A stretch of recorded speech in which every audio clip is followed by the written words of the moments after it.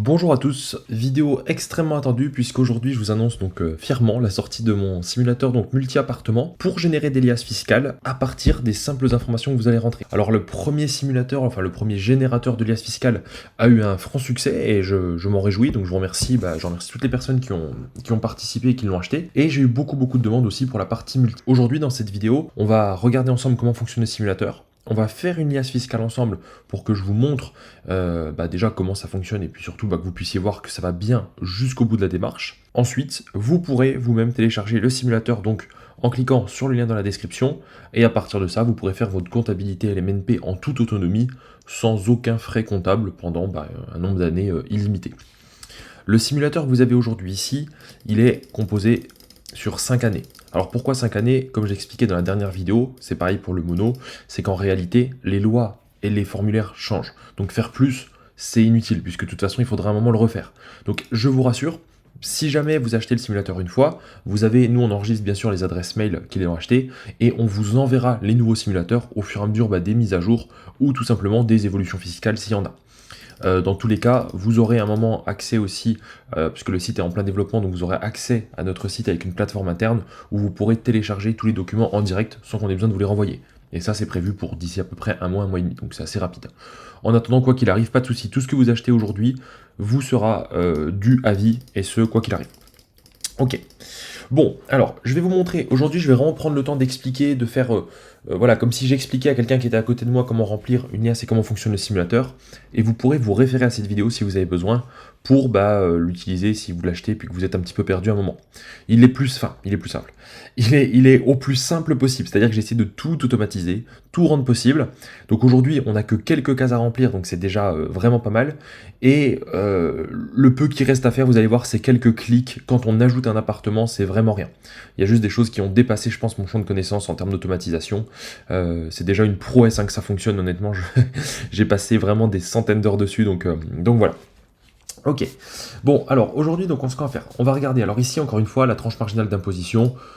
Je le laisse parce que les gens peuvent le remplir, mais ça n'aura pas d'impact, puisque pour la partie, vous voyez, on le retrouve ici, attendez, hop, ici, donc comme on est dans le cadre d'un générateur de liasse fiscale, j'ai retiré tout ce qui était affichage des impôts et choses comme ça, puisque ça perturbait le simulateur.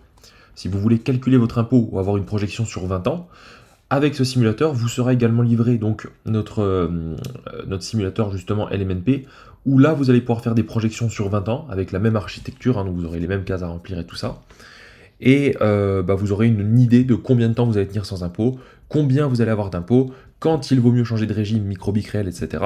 Mais ça, c'est sur le petit simulateur qui vaut 29,90 € ou qui vous sera livré avec celui-là si vous achetez celui-là. Donc là, c'est vraiment que pour générer les liasses fiscales. Ok, alors on va commencer tout de suite. Donc là, vous pouvez marquer le nom de l'appartement. Par exemple, je vais l'appeler appartement. Je dis une bêtise, là, je vais faire que des choses fictives. Appartement Villeneuve, voilà. Il y a des Villeneuve un peu partout en France. Comme ça, tout le monde se reconnaît. Alors, comme d'habitude, on va commencer par ici, avec le calcul du terrain. Donc j'ai déjà fait 2 vidéos sur le sujet de comment calculer son terrain. Je le rappelle, on se rend sur le site surfaceparcelle.com. On va voir la taille de sa parcelle sur laquelle repose l'appartement, ou si c'est une maison, la maison. Donc ce ne sera pas une copropriété. Alors si vous voulez, je vais faire le test avec vous. On va se rendre sur Surface Parcelle. Et alors du coup, j'ai pas d'adresse. Alors je vais taper, je sais pas. J'ai tapé 15 rue Belleport. Je vais prendre une ville de taille moyenne, puisque les grandes villes, si vous voulez, on a des cas un peu particuliers. On va prendre une ville plutôt de taille moyenne. Donc, je vais vous montrer les 2 cas de figure, comme ça vous ne serez pas perdus. Allez, je commence par Bordeaux.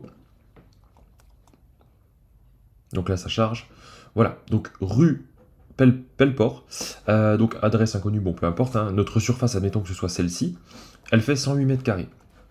Donc moi je retourne sur mon simulateur et je tape ici 108 mètres carrés. Maintenant l'idée et la difficulté c'est de trouver le prix du terrain constructible à Bordeaux. Donc pour ça, prix terrain constructible Bordeaux.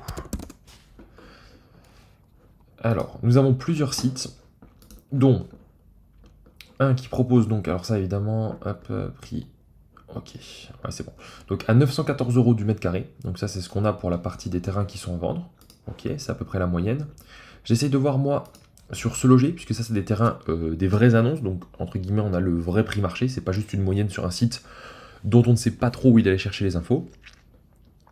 Ah bah alors si internet est lent, ah bah super, pour enregistrer ma vidéo ça marche pas. Bah c'est pas grave, hein, on s'adapte. On va regarder du coup ici, trier par, on peut avoir par surface prix croissant, on va faire prix croissant.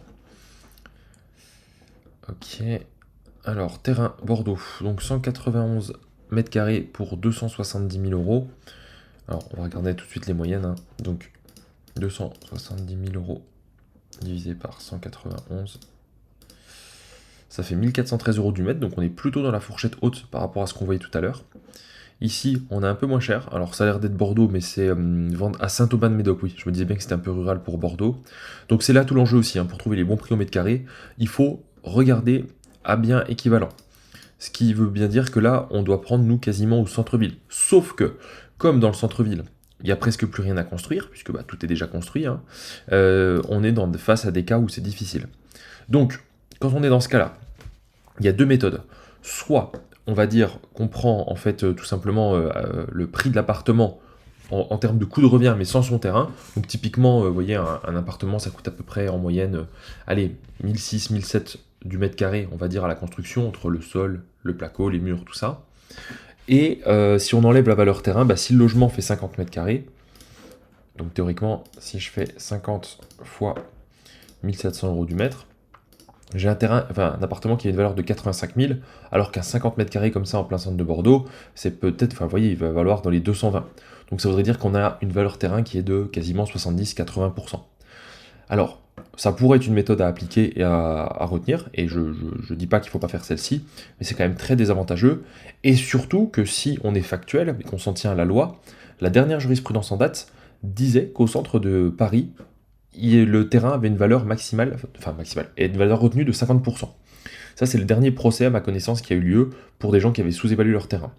Par conséquent, si Paris intramuros c'est 50%, Bordeaux, bah, c'est maximum 50%, parce que c'est moins cher que Paris au mètre carré. Donc, on peut vraisemblablement imaginer qu'on serait sur du 30, 35, 40% pour les centres des grandes villes. Donc ici, vous voyez, on ne va pas pouvoir mettre de prix terrain constructible au mètre carré réellement. On va du coup mettre ici 0, peu importe, on laisse. Et là, en valeur terrain, eh bien, je vais prendre tout simplement un forfait. Alors, on va dire que mon appartement vaut 220, que je viens de l'acheter. Voilà, donc si je fais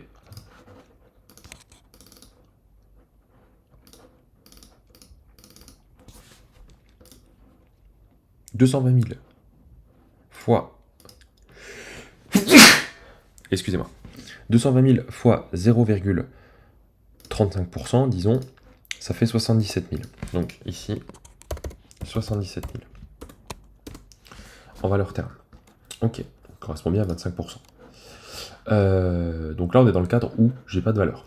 Maintenant, si je prends, pour vous montrer, j'avais promis que je ferais les deux, donc pour vous montrer un autre exemple, si on prend une ville de plus petite taille, je vous donne un exemple très simple. Bah, moi, je fais beaucoup d'investissements à Montbéliard, donc on va imaginer qu'on prend... je sais pas, on va prendre un truc qui est un peu situé rue... On va prendre rue de la Schliffe, là, Montbéliard. C'est en plein centre-ville aussi, comme ça on a à peu près un équivalent. Je prends cette surface, admettons, donc 149 mètres carrés. Donc là, je retourne sur mon simulateur, si je peux avoir un prix terrain constructible. Je vais faire retour, hein, tout simplement, pour garder ma formule ici. Donc, surface 149 mètres carrés. Et prix du terrain constructible, je vais aller voir tout de suite. Prix terrain constructible, Montbéliard. Ça ne doit pas être très cher. Ouais, vous voyez, il donne ici un prix à 83 € du mètre. Alors, normalement, on fait plusieurs sites pour vérifier, mais je sais que les prix sont juste à quelques euros près. Donc, on va mettre ici 83 € du mètre. La valeur donc de la parcelle fait 12 367 €. Et ensuite, si je suis en pleine propriété, donc je vais mettre 1000 sur 1000 ou 100 sur 100, peu importe, hein, mathématiquement c'est pareil. Et si je suis en copro, par exemple, admettons qu'il y ait 3 appartements dans la copro, peut-être que je vais avoir 350 tantièmes, vous voyez, sur 1000. Donc c'est comme ça qu'on calcule la valeur terrain. Donc voilà, deux méthodes. Soit on fait au forfait, soit on fait au réel, si c'est possible, et qu'on arrive à trouver le prix des terrains constructibles. Il y a des zones où on trouve le prix des terrains constructibles, mais c'est pas très avantageux.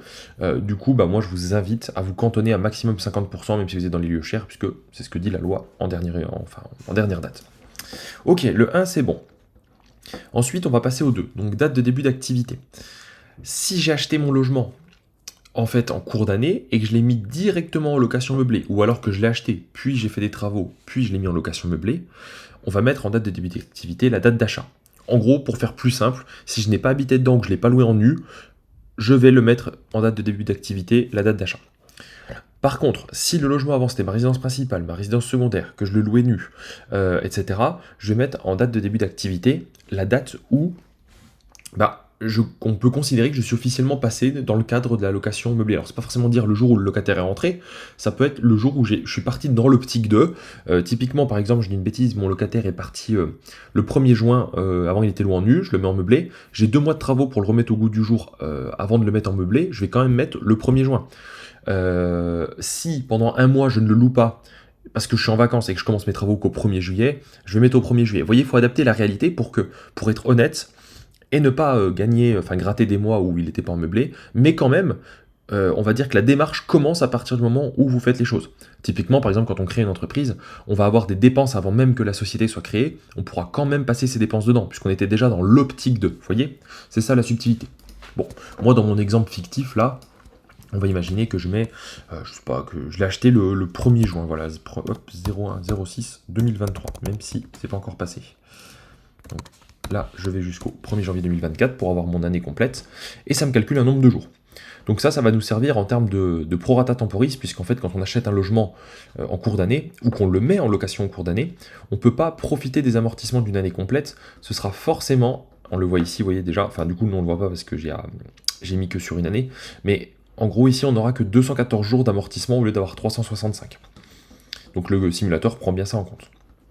Ok, ensuite le 3, mes amortissements. Donc là je vais rentrer le prix de mon appartement. Alors j'avais dit 220 000 tout à l'heure, mais par rapport à mon Béliard c'est pas très cohérent. Si on reste sur cette idée, je vais mettre 150 000. Quoique 150 000 c'est même un très joli prix. Ça dépend de la taille de l'appartement, mais allez, vous savez quoi, on va mettre 100 000. On va dire que je l'ai acheté 100 000 hors frais de notaire. Ensuite, là j'ai mes amortissements. Donc j'ai déjà expliqué dans plusieurs vidéos, dont celle sur le mono-appartement, comment on pouvait faire la décomposition des composants. Donc je vous invite à regarder un peu les anciennes vidéos, je ne vais pas répéter encore une fois, parce que les gens qui ont déjà vu les autres vidéos vont être lassés, puisqu'ils l'ont déjà entendu genre au moins 2, 3, 4 fois. Simplement, du coup je fais un récap rapide. Pour l'électricité plomberie, on va calculer, faire en sorte que là, dans mon amortissement total, donc que mon composant représente... en gros, si mon logement fait 50 mètres carrés, il faut que j'ai à peu près, dans la logique, 20 000 euros d'électricité, plomberie, réseau. C'est à peu près ça le coût de revient pour une construction neuve, pour un appartement de 50 mètres carrés. Donc là, si je mets 20%, vous voyez, j'arrive à 20 000. C'est pas mal. Tout va dépendre, évidemment, de comment c'est constitué et tout ça, mais globalement, on peut se dire que c'est pas mal. Donc on peut laisser 20%. La toiture, j'ai déjà donné l'astuce la dernière fois. Si c'est un toit plat, c'est 180 euros du mètre carré à la construction. Si c'est un toit avec charpente et tuiles, c'est à peu près 250. Le mien fait 50 mètres carrés. On va imaginer que c'est un toit avec tuiles et charpente. Je fais ma surface habitable fois la toiture, 12 500.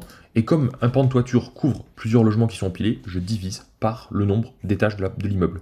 Donc admettons que s'il y a un rez-de-chaussée, un premier et un deuxième, il y aura 3 étages, donc je fais diviser par 3. Voilà, 4166 de toiture. Donc là, je vais mettre 4% dans la toiture. Ensuite, gros œuvre façade. En général, on est à peu près sur 1100 euros de gros œuvres pour la construction d'un logement.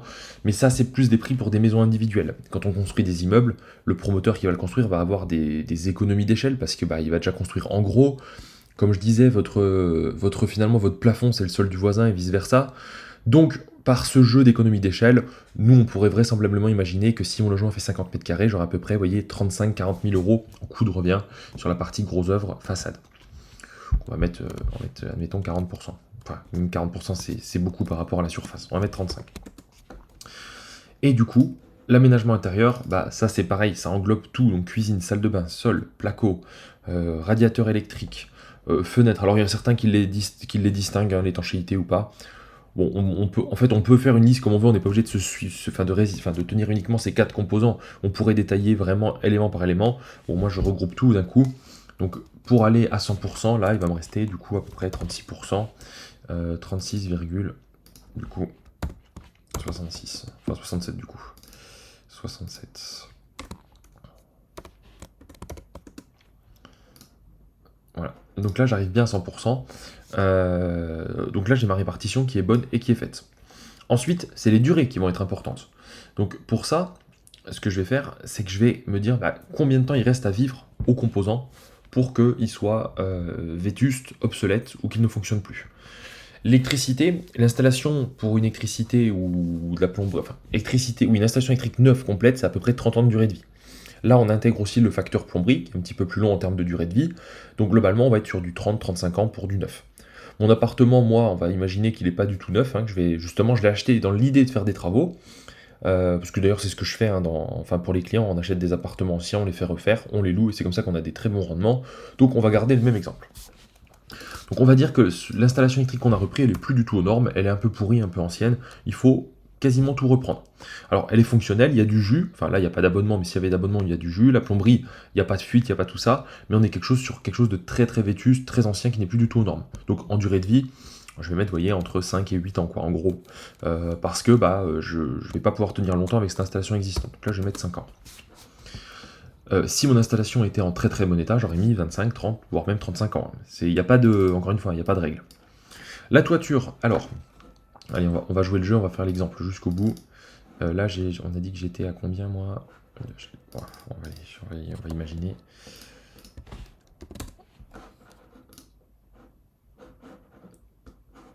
On va mettre Street View et on va aller voir du coup.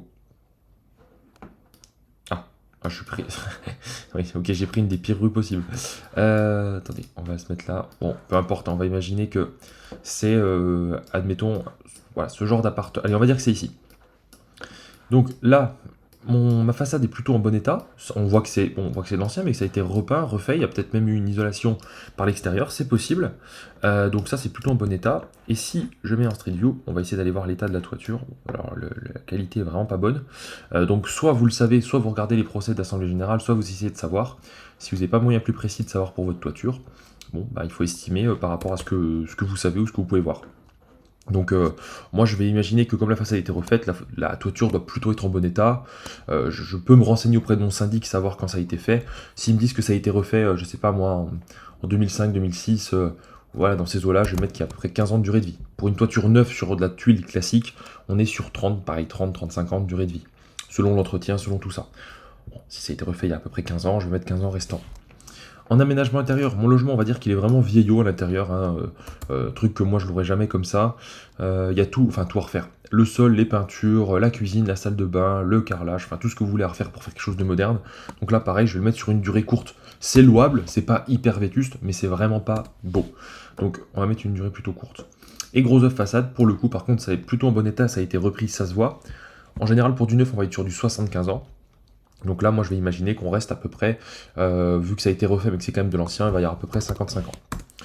Voilà, vous avez compris l'idée, on adapte, on essaie de garder une cohérence mathématique dans ce qu'on fait, pour trouver quelque chose qui se rapproche le plus de réalité et pouvoir le justifier en cas de contrôle. Le plus important, c'est ça. Justifier en cas de contrôle de manière cohérente et mathématique, et prouvable avec des photos ou des choses comme ça. Ok, donc cette partie-là, elle est faite. Très bien, donc mes amortissements, j'ai 12 237 d'amortissement pendant 5 ans, puisque vous voyez, dans 5 ans ici, ces postes-là, ils vont sauter. Donc j'aurai plus que 903 euros. Donc j'ai des amortissements assez forts, mais pendant une durée assez courte, et après ces amortissements vont sauter. Ici, pour l'instant, je ne touche pas. Il y aura juste les cases bleues à reporter, mais je vous montrerai après, ça c'est quelques clics. On va remplir donc ensuite l'amortissement mobilier. Donc on va dire que moi j'ai acheté pour 3000 euros de meubles dedans, et c'était du neuf, donc on met sur 7 ans. Ensuite, frais d'agence, frais de notaire, soit je les amortis, soit je les passe en charge. Pareil, j'avais déjà fait un gros topo là-dessus dans les anciennes vidéos. Moi, je pense que je vais les passer en charge, puisque comme je fais des travaux et de la rénovation, je vais avoir un gros rendement, et donc qui dit gros rendement, dit une fiscalité qui est plus rapide à arriver. Donc je vais les passer en charge pour aller créer un gros déficit, et puis essayer du coup, vous voyez, de le tenir vraiment avec sans impôt pendant moins de 10 ans, si possible. Les travaux, donc moi j'ai dit que j'avais des travaux, donc on va dire que j'ai eu 20 000 euros de travaux pour tout refaire, et comme c'était l'aménagement intérieur, ça va être amorti à peu près sur 15 ans. Si j'avais mis que du carrelage, par exemple, j'aurais pu dire peut-être plutôt 17-18 ans, parce que le carrelage est plus résistant que le parquet. Bon, vous voyez, encore une fois, vous avez compris, on adapte au cas par cas. Ok, donc ça c'est fait. Bon, bah très bien. Alors, je me concentre étape par étape. Donc là, je vais déjà remplir mes données, donc mes loyers annuels. Alors là, je mets 2023, comme j'ai dit que j'avais acheté en 2023. Donc j'ai acheté en juin, on va dire que j'ai eu 2 mois de travaux. Ça fait septembre. Allez, moi, on va dire que mon appartement, je le loue... C'est quoi ça? On va dire que j'ai dit un petit T2, petit T3. Allez, on va dire que je loue 800 € par mois. Ce qui est un peu élevé pour mon Béliard, hein, faut pas se le cacher, mais bon, on va imaginer. Donc 800 x 12, donc j'ai 9600 € de loyer à l'année. 9600. Sauf que là, bien sûr, je suis pas sur une année complète, et je l'ai loué que, du coup, divisé par 12. On avait dit, bon, on va dire que je l'ai loué en septembre, octobre, novembre, décembre, donc 4 mois. Donc x 4, donc ça fait 3200 ici. Ok. Ensuite, mes amortissements. Alors, vous voyez, ils sont bien faits au prorata temporis déjà, puisque là, normalement sur une année complète, avec mes meubles, mes travaux et tout ça, je suis à 14 328 d'amortissement, pour les 5 premières années en tout cas, et du coup, là, je vais être à 8400, donc on recalcule bien au prorata temporis. Donc ça, c'est une des forces, on va dire, du simulateur, vous n'allez pas à refaire. La seule chose que vous devrez calculer, c'est les charges au prorata. Bon, comme moi j'ai acheté au mois de juin, on va dire qu'en taxe foncière, j'ai payé la moitié de l'année, 400 € au lieu de 800. Qu'est-ce que j'ai eu d'autre? Assurance propriétaire non occupant, on va dire que j'ai payé 80 €. Charge de copropriété, on va dire que j'ai payé que la moitié de l'année, donc allez, sur les 1000 que ça me coûte, on va dire que j'ai payé 500. Et puis, surtout, on va passer les frais de notaire en charge. Donc, on va dire que j'ai 8000 € de frais de notaire, 8% à peu près. Et frais d'agence achat, donc ça, c'est si vous avez des frais d'agence, charge acquéreur uniquement. Attendez, je suis en train de vérifier un point. Ouais. Oui, c'est ça, frais d'agence, donc charges acquéreur uniquement, et vous auriez pu les amortir aussi ici. Et si les charges étaient comprises, enfin que c'était charges vendeurs et que c'était déjà compris dans les 100 000 €, ça, vous ne pouvez pas les amortir du coup. Ça fait partie du deal, vous achetez un bien packagé à 100 000, donc on ne peut pas les amortir. Je précise juste ici dans charge de copropriété, alors je l'avais mis dans le mono, mais il faut que je le remette ici. En fait, c'est sauf fonds, travaux, loi, allure, enfin, sauf fonds travaux, fonds, loi allure. Voilà. Pourquoi? Parce qu'en fait, tout simplement, quand vous avez des fonds de travaux ou des fonds de loi allure, vous allez dépenser, enfin, vous allez mettre enfin, la copro va le faire pour vous, mais elle va mettre en épargne une certaine somme tous les mois, et cette somme sera utilisée un jour pour faire des travaux. Sauf que ça compte pas comme une charge déductible en comptabilité LMNP. Donc là, dans les charges de copro, c'est uniquement les charges courantes de la copro ou les charges pour les travaux, mais si ils ont été dépensés dans l'année auprès d'artisans. Alors ça peut peut-être vous paraître complexe comme ça. En gros, vous prenez vos relevés de copro et vous voyez tout ce qui est loi allure ou fonds travaux prévisionnels, vous ne les comptez pas dans les charges. D'accord? C'était juste cette précision pour vraiment avoir une comptabilité qui est 100% conforme. Voilà. Est-ce que j'ai acheté à crédit ou pas? Non, allez, on va dire que j'ai pas acheté à crédit, donc j'ai pas de charge financière et je les mettrai dans le prochain appartement. Bon, et ben là on est pas mal. Donc j'ai mes loyers, j'ai mes charges, j'ai mes amortissements pour rata temporis. Comptabilité, bah, j'en ai pas du coup, puisque bah, l'idée c'est quand même que vous fassiez votre comptabilité tout seul. Et donc ça me donne mon résultat de l'année. 0 de résultat, 8400 d'amortissement excédentaire, pardon, et 5780 de déficit. Je rappelle, hein, le déficit, c'est la différence entre les charges moins les loyers. Donc là, on a bien 5780. Et amortissement excédentaire, bah, comme il n'y a plus rien à gommer, vu que les charges ont déjà effacé les loyers, bah, du coup, ça se met en report automatique. On va imaginer dans notre exemple que pour cette année 2023, j'ai qu'un appartement. Et après, on va imaginer qu'en 2024, j'en achète un second. Comme ça, je vous montre vraiment la puissance du simulateur. Bah là, rien de compliqué. J'ai rentré ce qu'il fallait, rien de particulier. Il me reste le capital restant dû sur le prêt. J'ai failli oublier, alors qu'en plus, je me suis noté pour enregistrer cette vidéo de surtout bien vous rappeler de le remplir. Oui, moi j'ai dit que j'avais pas de prêt. Du coup, j'ai rien à remplir. Mais n'oubliez pas, en tout cas, quoi qu'il arrive, de le remplir de votre côté. Les cases ici, de bien mettre votre capital restant dû, par exemple 156 000, si vous reste 156 000 en banque. Ça, vous le retrouvez sur votre tableau d'amortissement de la banque. Normalement, là, j'ai rempli tout ce qu'il me fallait, rien n'est laissé au hasard, donc je peux directement aller voir l'alias fiscal qui a été généré. Alors, je ne vais pas vous spoiler, le 2031, c'est le résultat.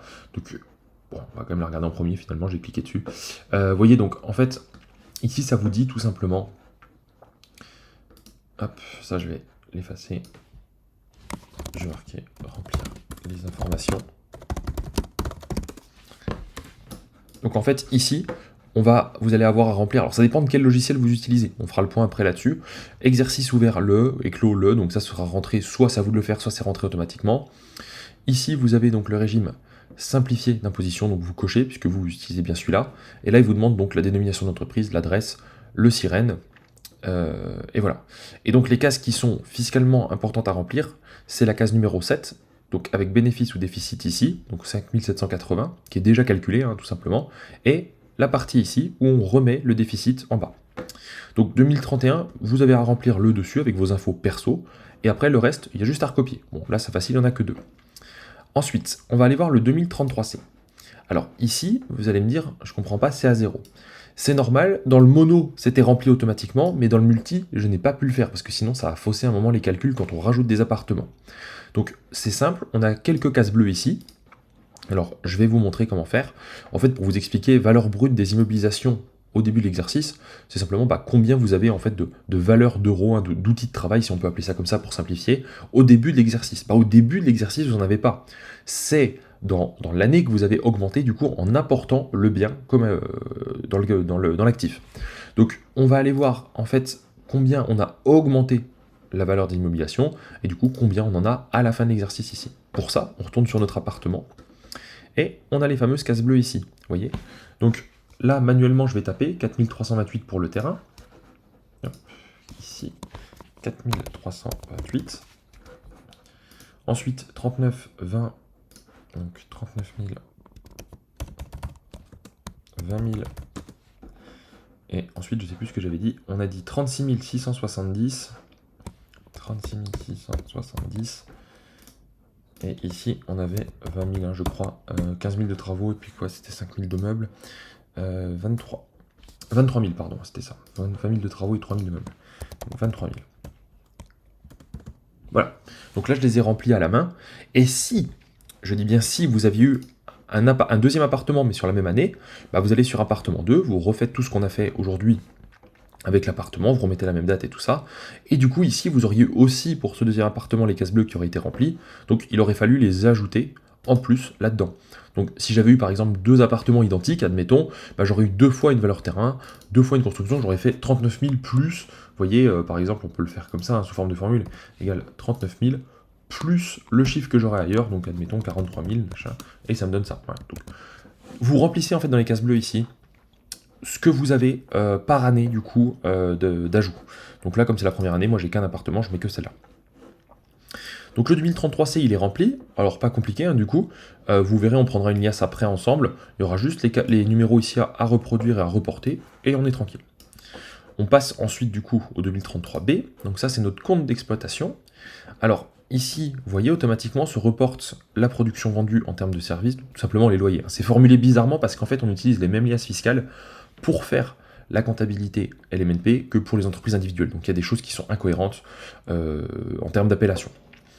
Donc 3200, ça c'est votre production vendue. Ça c'est total des produits. Bon, en gros, c'est juste le total du dessus. Donc ça, normalement, ça se met automatiquement. Si vous utilisez le logiciel Télédeck ou même, je crois, celui de l'État, ça se met automatiquement en place.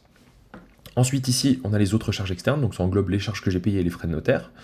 Dont, enfin, il y a les impôts, taxes et versements assimilés. Donc ça, c'est la partie de la taxe foncière. Et si j'avais payé de la CFE, ça, j'en paierai que dans 2 ans. Elle serait ici.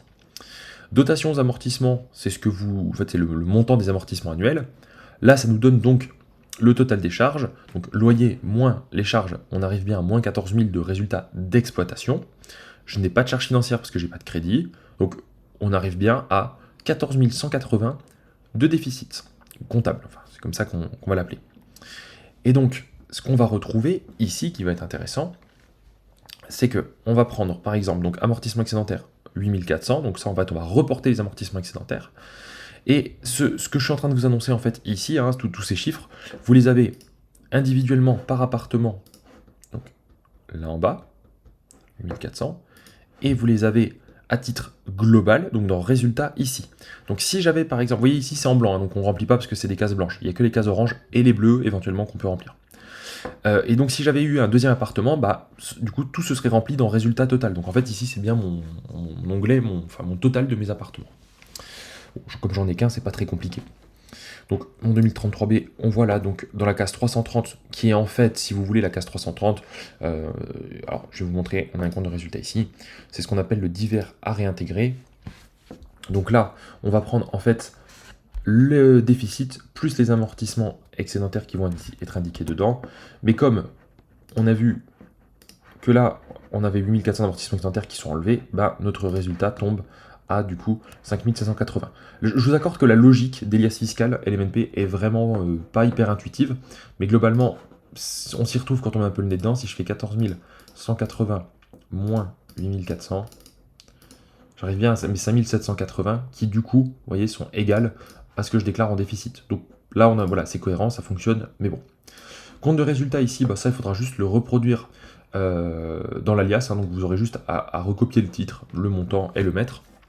Et je me suis permis de rajouter un petit compte de résultat en liste, de sorte à ce qu'en cas de contrôle fiscal, vous puissiez facilement donner tout à l'administration pour qu'elle puisse regarder ce que vous avez fait, comment ça fonctionne, pourquoi tel chiffre, pourquoi, etc. Directement sur l'alias, sans qu'elle vous ait à vous demander le fichier Excel, que vous envoyez un mail, tout ça, enfin c'est toujours un peu plus pénible. Donc là, en étant le plus transparent possible sur l'alias, vous ne devriez pas être embêté du tout, même en cas de contrôle. Sachant que je rappelle que les contrôles sont extrêmement rares, il y a à peu près moins de 1% des lois meublées qui sont contrôlées, et c'est souvent pour des gens qui ont oublié d'envoyer leur liasse fiscale. Donc voilà, rassurez-vous, il y a très peu de chances que ça arrive, mais c'est pas une raison pour faire n'importe quoi, évidemment. Il faut être honnête dans ce qu'on fait.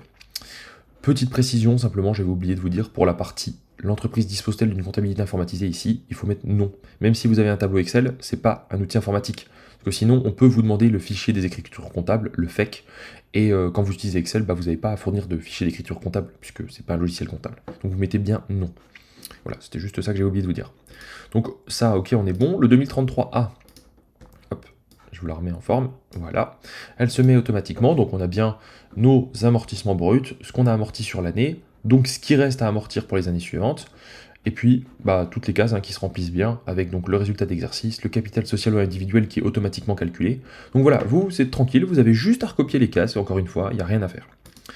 Et là, alors ça c'est peut-être le tableau le plus barbare, c'est lui qui m'a pris le plus de temps pour la partie multi, parce que en fait, si vous voulez, ce tableau à quoi il sert, c'est que quand on a plusieurs appartements, qu'il y en a un par exemple qui va avoir un résultat positif et l'autre qui va avoir du déficit, qu'est-ce qu'on fait? Est-ce qu'on le ramène à zéro? Est-ce que du coup on dispatche le déficit entre les deux? Enfin, vous voyez toutes ces questions qu'en fait on est confronté, qu'on se dit ah bah mince, mais du coup, quelle est la loi? Du coup ça a été long à faire, hein, donc on le faisait nous manuellement avant parce qu'on a l'habitude, mais à l'automatiser à 100%, pour des novices, de sorte à ce que vous ayez juste à recopier les cases, c'était compliqué. Quoi qu'il en soit, il est là aujourd'hui, il est prêt. Donc vous, dans l'alias, vous aurez cette partie-là à recopier, en fonction du nombre d'appartements. Et cette partie-là, ça, vous allez en gros le garder pour vous, vous n'en aurez pas forcément besoin de le recopier. Voilà, là on a tous nos onglets qui sont prêts à être remplis, donc je vais vous montrer. Si je me rends par exemple sur Télédec, alors pour Télédec, pareil, aujourd'hui vous avez, je l'ai expliqué dans l'autre vidéo, deux options possibles pour téléclarer vos liasses. Soit vous le faites sur votre compte impôt.pro, je vais vous montrer. Impôt.gouv, espace professionnel, hop, ici. Voilà, donc moi j'ai un compte qui est déjà... travaux de maintenance déclaré. Ok, bon, c'est bon. Donc moi j'ai déjà un compte et j'ai déjà le petit onglet ici du coup déclarer donc résultat. Donc si je vais dessus et que je clique, ça va me renvoyer vers continuer ma déclaration. Je l'avais déjà commencé pour un exemple. Et puis vous voyez, on retrouve les mêmes onglets. Donc le 2031, le 2033A, 2033B, etc. Par exemple, ici, si je voulais remplir, tout à l'heure, j'avais dit que j'avais 3200 en termes de production vendue. Donc j'ai juste, en fait, voilà, comme ça, vous voyez, à recopier, à reporter, et ma liasse sera 100% conforme. Donc ça, c'est génial, c'est tout l'intérêt. Par contre, c'est compliqué sur le site des impôts, dans le sens où, quand vous n'avez pas fait à temps les démarches, pour vous créer un compte, il faut tout simplement... C'était ça que je voulais faire. Il faut que je ferme le simulateur. Bon. Quand vous avez en fait tout simplement pas de compte et que vous en créez un, il y a à peu près un délai de 10-15 jours pour recevoir le mot de passe par courrier pour vous connecter. Bon, déjà c'est un peu long. Et puis ensuite, vous avez, une fois que vous avez accès à votre espace, vous n'avez pas le petit onglet, vous savez, résultats dont je vous parlais tout à l'heure. Il faut le demander en plus. Et donc pour ça, il faut aller normalement... Oui, c'est celui-là que vous n'avez pas vous. Donc normalement, il faut aller dans gérer les services ici. Voilà, adhérer au service en ligne, retaper votre numéro de sirène, demander l'accès à pouvoir déclarer la chose. Et le problème, c'est que vous n'avez pas forcément le temps de le faire, parce que quand vous allez faire la demande pour avoir accédé à déclarer, ils vont vous renvoyer un courrier pour valider ça, et ça peut prendre 15 jours. Donc typiquement, comme la date limite de dépôt d'Elias, c'est le 18 mai, en tout cas, théoriquement, vous pouvez le faire après, mais le service, en tout cas sur le site impôts.pro, ferme. Du coup, vous pouvez être un peu court en termes de délai. Donc, pour vous dépanner, ou même si vous préférez, par simplicité, parce que c'est beaucoup plus intuitif, vous pouvez utiliser le service de notre partenaire, donc teledec.fr. Donc, j'ai pu négocier, comme je l'expliquais dans une des précédentes vidéos, un tarif pour vous. Normalement, c'est 106,80 € par télédéclaration à l'année. Et là, grâce au code promo, donc écrit en majuscule Asnières Patrimoine, vous pouvez avoir un coût à seulement 49,90 €. Donc ça vous fait économiser plus du double de ce que vous aurez payé normalement. Pour ça, je vous montrerai, quand vous êtes à la fin de l'alias, il suffit simplement de leur envoyer un mail pour cette année. Pour les années suivantes, il y aura un code promo. C'est juste que là, ça a été mis en place un peu sur le pouce en fin d'année, donc du coup, il faudra le faire par mail. Et vous pourrez simplement, du coup, leur envoyer un mail en disant voici mon numéro sirène, voici mon nom, voici le code promo, donc Asnières Patrimoine, merci d'appliquer la remise. Et au bout de, en général, ils seront actifs quelques heures, si c'est en jour ouvré. Vous aurez donc, quand vous retournerez dans votre liasse pour payer, ce sera plus 106,80 €, mais 49,90 €. Et votre liasse sera télétransmise au fisc, tout aussi bien fait que si vous l'aviez fait directement par le site impôts.pro. Donc c'est un substitut. Et cette entreprise Teledec, en fait, elle fonctionne tous les jours, même quand je dis tous les jours, elle fonctionne même au-delà du 18 mai. Donc même si vous avez une liasse, que vous êtes à la bourre, vous dites mince, j'ai pas fait ce qu'il fallait cette année, on est en juin, juillet, août, septembre, peu importe, vous pouvez le faire depuis Teledec, l'envoyer, et le fisc va quand même du coup pouvoir la réceptionner en format EDI. Donc voilà, deux alternatives possibles. À vous de voir comment vous pouvez faire. La moins coûteuse, c'est les impôts, mais c'est la plus contraignante. La, entre guillemets, coûteuse, c'est Teledec, mais c'est beaucoup plus intuitif et vous pouvez le faire n'importe quand. Bon, moi je vais déclarer pour une nouvelle entreprise. Je vais faire un exemple pour vous montrer le process sur Teledec. Donc créer la demande. Alors je vais pas mettre de numéro de sirette, je vais mettre 000. Nom d'entreprise, test, forme juridique, LMNP. Les comptes sont clôturés le 31 décembre, tout se termine en fin d'année. Impôt sur le revenu, donc là il faut bien choisir en impôt sur le revenu, donc le réel simplifié. Impôt sur le revenu BIC, pas impôt sur les sociétés, réel simplifié. L'adresse du siège social, donc là je vais mettre un test fictif, je vais mettre test 75 001, ville, Paris. Voilà. Nom du représentant, monsieur Antoine.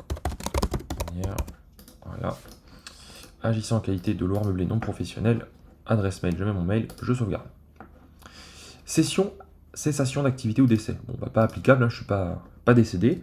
Là, il s'agit du premier exercice de l'entreprise. Alors, évidemment, là, je remplis l'alias 2022. Je ne peux pas mettre 2023 dans mon test, mais peu importe, vous comprenez l'idée, ça n'a aucun impact. Je fais sauvegarder, et voilà. Là, j'arrive là. Donc là, vous voyez, déjà, c'est un peu plus intuitif. On se dit, ah, ok, bon, il y a tout ça à remplir, très bien. Alors, on va commencer. On va prendre... Je vais mettre comme ça. Bon, je ne vais pas tout remplir parce qu'il n'y aura pas d'intérêt, mais c'est pour vous montrer un peu le fonctionnement. Je vais prendre par exemple ma 2033A qui est ici. Ici, je vais prendre ma 2033A. Et voilà. Donc, immobilisation corporelle, la case 028, 122 998. Et ici, 122 098. Ok, amortissement, provision 8400, c'est indiqué sur le simulateur, je le rentre. Voilà, et vous voyez, ça se met automatiquement à jour, ça se calcule automatiquement, donc il n'y a que les cases comme ça à remplir. Vous faites sauvegarder. Oui, il me dit que ça doit être équilibré, parce que j'ai pas rempli la fin, mais bon, peu importe. Ensuite, le B, le C, vous faites pareil. Le 2031, vous faites exactement pareil. Et pour le D, que vous n'avez pas à remplir, ici vous faites néant. Donc, déclarer ce formulaire comme néant va remettre à vide tous les autres champs. Oui. Ensuite, ça c'est le 2033E, néant, néant, en fait toute la fin vous mettez néant. Réduction et crédit d'impôt, néant. Voilà, donc là tout est fait. La seule chose qu'on n'a pas fait nous, c'est dans la partie compte de résultat. Vous voyez, on va dire qu'on a rempli le B ici, et simplement mon compte de résultat, moi il ressemble à ça. Je vais essayer de mettre comme ça, que ce soit quand même un peu lisible. Donc on a le divers à réintégrer. Ajouter, donc il faudra faire ici, ajouter une ligne de réintégration divers. Vous mettez donc, comme j'ai écrit, appartement, alors peut-être pas appartement 1, mais vous mettez appartement Villeneuve par exemple. Résultat LMNP non soumis au CS pour cotisation sociale. Et vous mettez le montant, donc on a dit 14 180. Voilà. Ici. Et puis divers à déduire, il n'y a rien, donc il n'y a rien à faire. Donc là, je vais juste sauvegarder comme ça. Et puis faire ce qu'il faut. Bon, pareil, là, j'ai pas rentré les autres données. Et pour ce compte de résultats en liste, là, qu'on a en bas, ça, vous avez juste à faire ici de choisir une annexe libre avec texte et montant. Je fais ajouter. Et voilà. Donc, titre du document. Donc là, on va mettre, comme je l'ai indiqué, compte de résultats en liste de l'exercice. Et puis ici, je vais mettre donc, comme j'ai mis un loyer, avec ensuite la titre, je vais mettre montant, par exemple. Voilà, ici, du coup, je vais mettre 3200, et voilà, et ainsi de suite, et je remplis comme ça, enfin voilà, comme ça permet à la fiscalité, à l'administration fiscale, pardon, de pouvoir du coup tout voir. Donc c'est tout, et il a le suivi 39C, ça c'est le dernier onglet, c'est celui-là dont je vous parlais. Lui, vous avez un document qui est déjà prêt à cet effet, qu'on retrouve ici. Il s'appelle normalement 2039C, il faut que je le retrouve. Rapport d'imposition. Alors, à moins qu'il s'appelle sur Télédeck, parce que nous on utilise en interne un autre logiciel, alors suivi 039C, hop. Je crois que c'est celui-là. Il s'appelle Suive PV Swim, normalement ça doit être celui-là. Fonds commercial. Non, c'est pas celui-là. Retourner à la déclaration. Attendez, excusez-moi, hein, du coup, normalement je pensais ne pas avoir de bug pendant enregistrant la vidéo. Ah voilà, annexe libre LMNP suivi des amortissements, pardon, c'est celui-là. Ajouter. Voilà, donc là vous avez tout simplement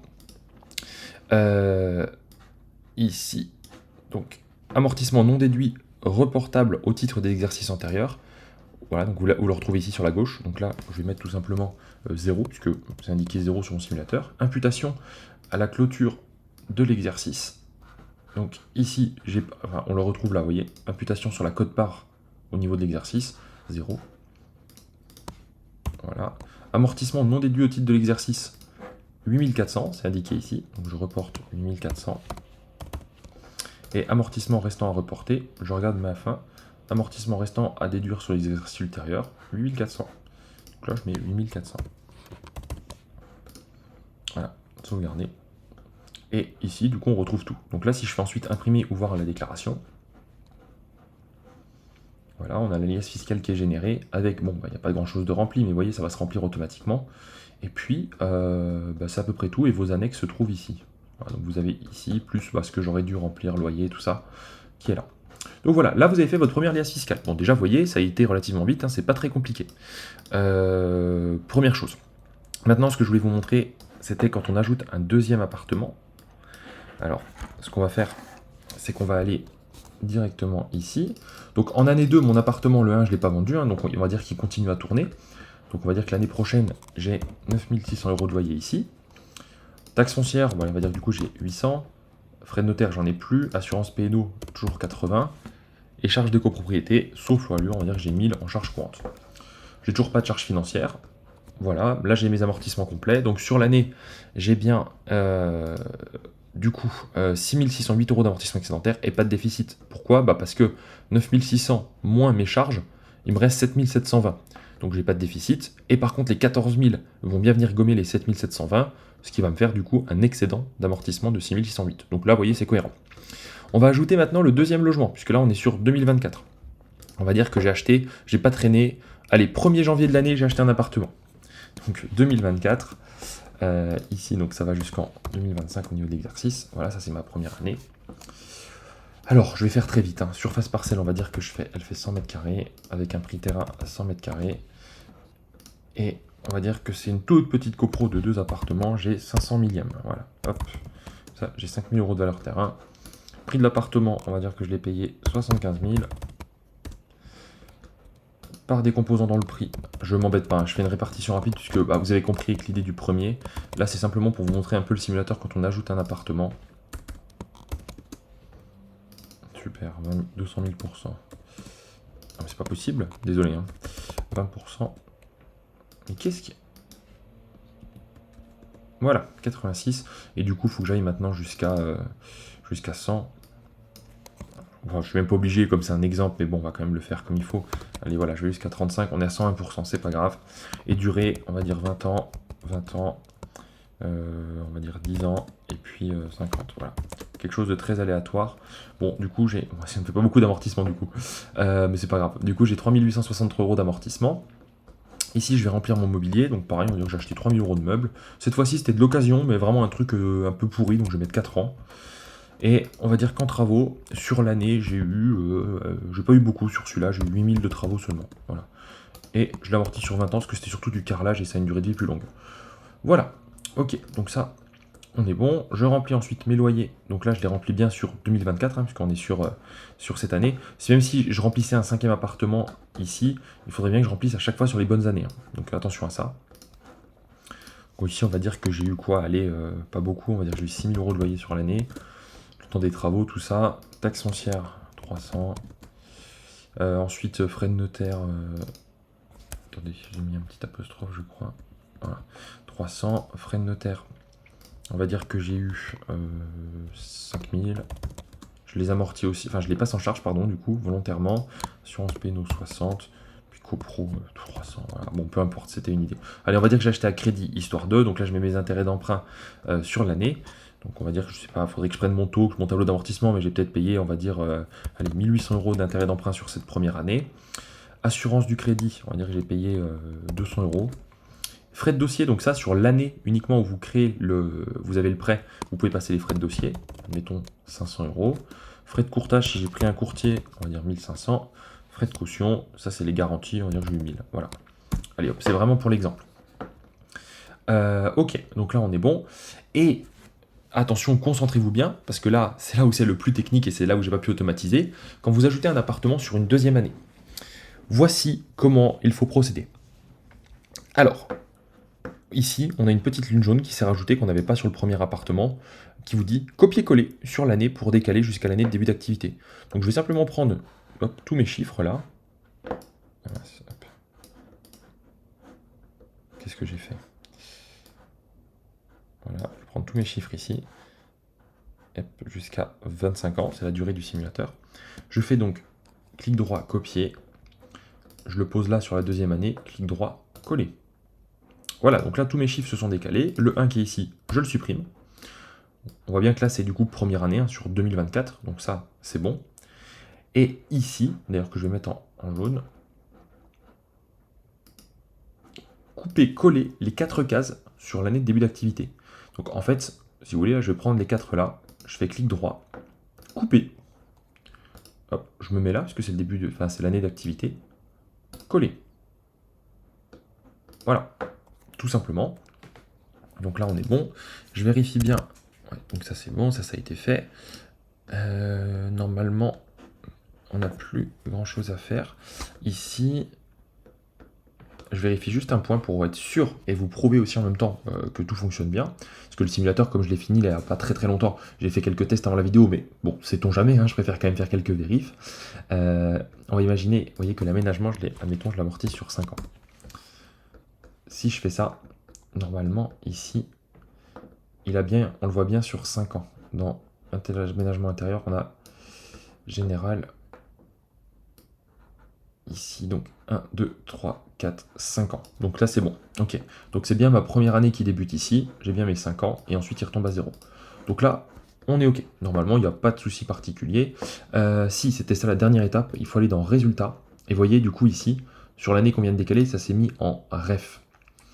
Donc, ce qu'on va faire, c'est que sur cette année-là, on va prendre ce qui était ici, les 4 cases, donc ici, ou là en fait, peu importe, ou même plus loin, peu importe. Donc on prend les années ultérieures et on va juste les ramener comme ça. Voilà. En faisant ça, vous voyez, on est bien repassé à 8400 sur la première année. On est bien à 20 624 qui est notre amortissement total sur la deuxième année. Et puis après, nos amortissements qui courent de manière classique ici, tout simplement. Et donc là, ça fonctionne bien, puisque vous voyez, on a sur la première année, pour le premier 5 ans, on avait dit d'amortissement principaux. Pour le second, ici, on a du coup aussi nos durées d'amortissement classiques. Donc là-dessus, on est bon. Parfait. Maintenant, je retourne là-dessus, j'ai rentré mes données, tout est bon. Je n'oublie pas de rentrer mon capital restant dû sur le prêt immobilier. Alors on va dire du coup, je sais pas, je l'ai acheté combien? Je l'ai acheté 75 000, j'ai fait des travaux. Allez, on va dire qu'il me reste 80 000 tout rond. Allez, 79 800, 880 voilà, de capital restant dû. Donc je le rentre ici sur mon année. Et bah, normalement, là, j'ai tout rentré ce qu'il fallait. Hein. Ici, j'ai mis mes loyers. Ouais, c'est bon. Donc là, normalement, je vais voir ma liasse fiscale donc, en année 2. Donc c'est bien la partie orange ici. Et j'ai tout ce qu'il me faut. 2080. Alors, 2031, pardon. Donc j'ai 0 de bénéfice, 0 de déficit. Ok, ça me choque pas. Je vais aller vérifier si c'est cohérent. Je regarde dans résultat. Voilà. Résultat net 0, donc 0 de bénéfice. Et déficit 0. Donc c'est bon. Dans l'alias, le 2031 a l'air d'être bien rempli. On voit juste que sur l'année en cours, j'ai du coup 17 564 € d'amortissement excédentaire qui ont été formés. Je prends mon 2033C. Alors, ici, vous voyez, ça a été rentré manuellement. Donc ce que je vais faire, c'est que je vais les effacer ici directement. Voilà, et je vais les refaire devant vous. Et donc en bleu, on a toujours les cases bleues. Et il faut que j'ajoute le fait que sur cette année-là, cette année 2, donc j'ai ajouté un nouvel appartement. Donc si je reprends l'année dernière, j'avais bien ajouté manuellement. Là, sur cette année-là, on retrouve en valeur brute au début de l'exercice les immobilisations de l'année passée. Et donc là, je vais reprendre mes cases bleues de mon appartement 2, ici. Voilà, et hop, rebelote, je l'ai saisi puisque c'est l'année où je l'ai créé. Donc 5 000, puis 41 250.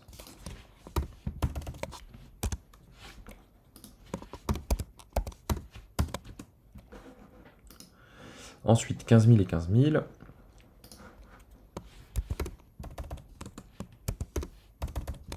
Voilà. Et autre immobilisation corporelle, j'ai quoi? J'ai 11 000. Donc je l'ai saisi ici, 11 000. Bon, bah voilà, parfait, hein, j'ai ajouté. Donc là, on voit bien qu'au total, on a nos immobilisations. Ça, c'est nos amortissements de l'année. On trouve bien les 8 400 de l'année dernière, les 20 624 de cette année totale. Bon, bah parfait, jusque-là, tout est bon. Je vais voir mon 2033B. Ok, j'ai mes loyers, j'ai mes charges, etc. Bon, parfait, bah, pas grand-chose à signaler de plus. J'ai mes cases qui sont bien remplies, j'ai plus qu'à reporter dans ma liasse. Ici, j'ai mon compte de résultat qui est bien rempli. Ici aussi, génial. Mon 2033A, très facile, tout est bien rempli, toutes les cases sont automatiquement mises, j'ai juste à le recopier. Voilà, du coup là, on va juste aller voir le 2039C directement. Et bah, là, on retrouve, donc vous voyez, hein, appartement 1, le résultat, les amortissements excédentaires enfin, les amortissements non déduits pour l'appartement 2, tout le compte de résultat qui est ici avec la répartition donc affectée à chaque bien. Et voilà, vous avez le global et c'est à peu près tout, hein, en fait, hein, tout tourne et se met automatiquement. Et si je vous prends des exemples extrêmes, par exemple, avec, admettons que le premier, là, en année 2, bon, je ne sais pas pour quelle raison, hein, je ne vois pas comment ce serait possible, mais admettons que d'un coup, on n'ait plus de loyer du tout, ce qui fait qu'on va générer donc un déficit, on va dire qu'on gère un gros déficit. On va rajouter 5 000 € de charge ici, génère 5 000 € de charge, donc on a un déficit de 6 680. Et admettons que là, pour X raison, on loue en Airbnb, on bat tous les scores, on le loue pour 40 000, vous voyez, un chiffre un peu extrême. Théoriquement, on a un résultat positif de 23 000, mais comme là, on a un déficit, il faut qu'on aille voir dans résultat ce qui se passe. Et donc sur cette année-là, on a 40 000 € finalement de recettes au total. Je le remets en mode ne pas déranger. Voilà. Donc on a 40 000 € de recettes au total. 12 540 de charges, 5 000 d'exploitation, donc on a 22 460 de résultats, on a 20 000 d'amortissement, donc on a un faible résultat finalement positif qui reste donc, enfin théoriquement on devrait avoir 1836 de résultats, mais comme on avait les amortissements de l'année dernière, on va pouvoir le ramener à zéro, et donc ça comptablement dans l'alias fiscal, ça va se passer de la sorte. Alors ça je suis sur l'année 1.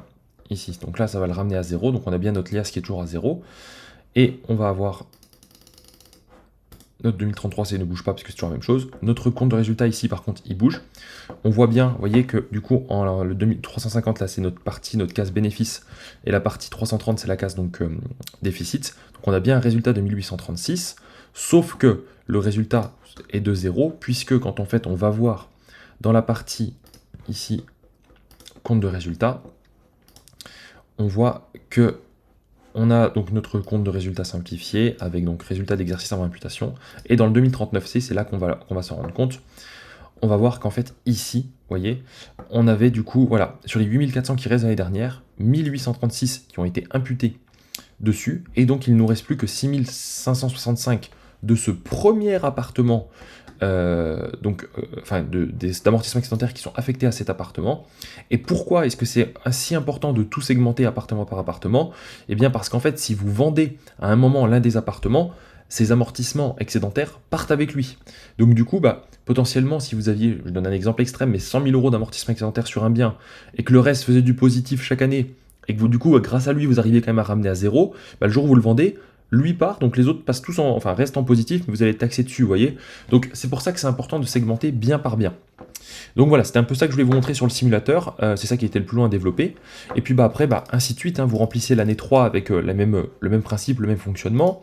Du coup, notre année 3 va être générée ici, etc., etc.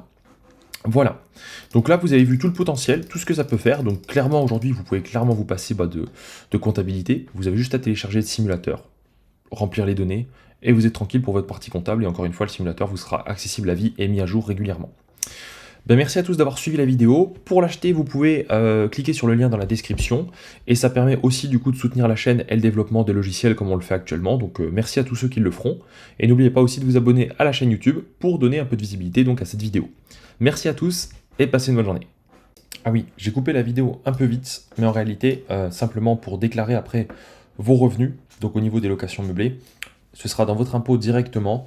Donc vous avez régime micro, régime du bénéfice réel, et donc vous, il faudra remplir dans la case 5NK le bénéfice ou le déficit, donc en l'occurrence, le bénéfice, donc en l'occurrence 0 pour les exemples qu'on a pris dans ce cas, et dans la case du coup 5NZ ici, votre déficit, donc là vous allez le rentrer, et voyez les années suivantes, en fait, dans ces cases-là, vous aurez votre fameux déficit qui apparaîtra ici. Et donc du coup, même si, par exemple, vous avez 10 000 € de déficit qui traîne, qu'un jour vous faites un résultat positif de 8 000 € sur votre liasse, quand vous allez rentrer les 8 000 € ici dans votre impôt, vous n'allez pas avoir 8 000 € de résultats imposables, ce sera 8 000 moins les 10 000 de vos résultats antérieurs, et du coup vous ne serez pas imposé. Et tout se passe en fait pour le déficit sur la partie impôt et non pas dans l'alias fiscal. Donc ça c'est un peu la subtilité. C'était juste la chose que je voulais préciser, mais voilà. Donc cette fois-ci, merci d'avoir suivi la vidéo et à plus.